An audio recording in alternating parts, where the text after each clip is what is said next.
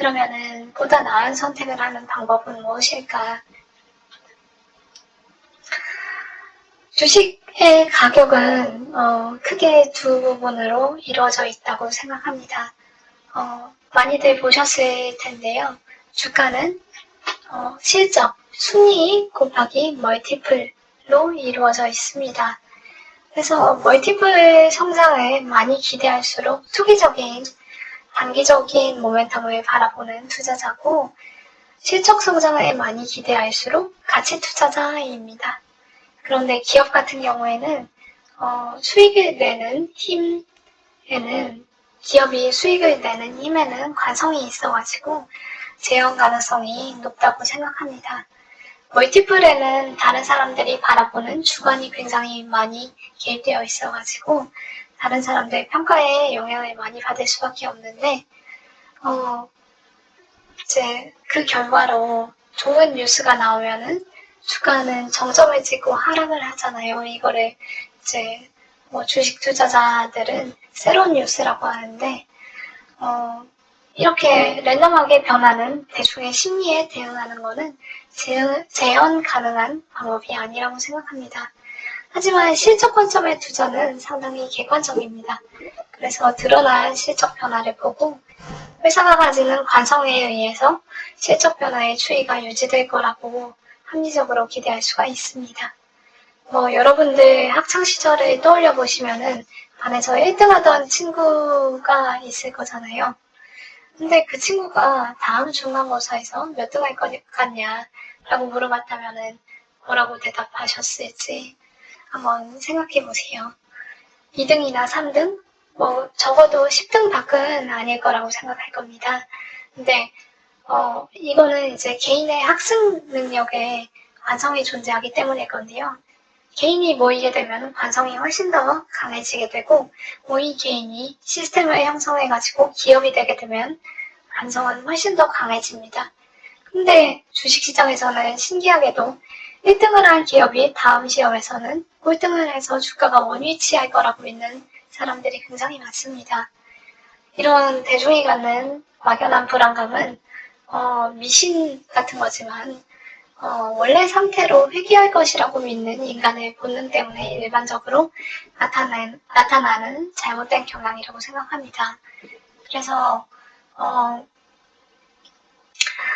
좋은 주식에 장기 투자하게 되면은 원래 가치보다 낮은 가격에 지속적으로 지분을 모을 수가 있고 이렇게 했을 때 회사가 갖는 구조적인 관성의 근거로 투자를 할 수가 있고 재현 가능한 방식으로 기대 수익률을 높일 수가 있을 것입니다.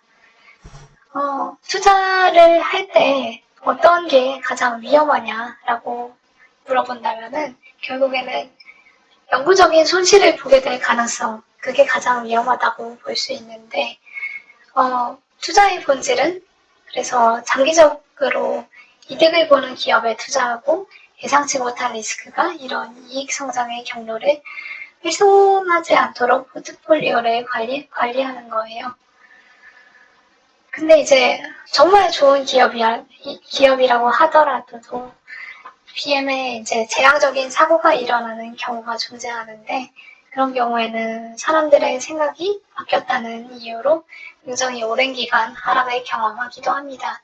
아마존 같은 경우에 200배 정도의 주가가 올라가는 동안에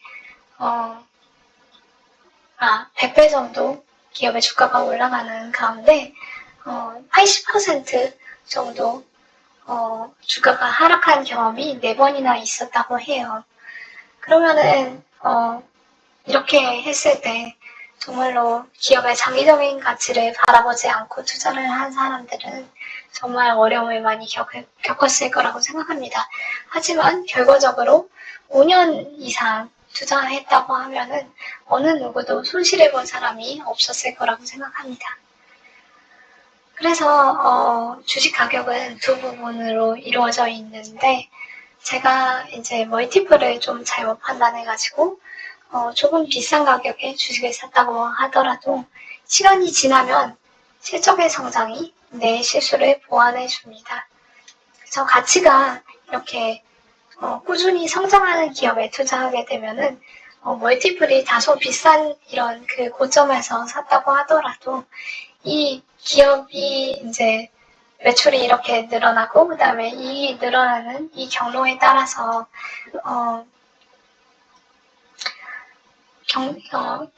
이 매출이 늘어나는 경로에 따라 가지고 이제 그 주가가 출렁출렁 하다가 결국에는 위로 올라가게 되면은 이제 저점에서도 여기에 고점보다 더 높은 주가를 기록하게 되잖아요.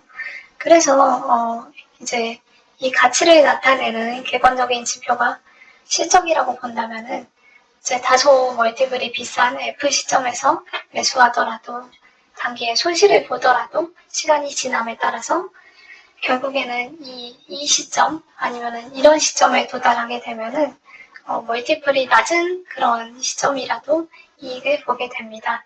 그래서 영구적인 손실 가능성, 리스크를 크게 낮추는 방법은 성장의 근거가 탄탄한 주식에 투자하는 거라고 생각합니다.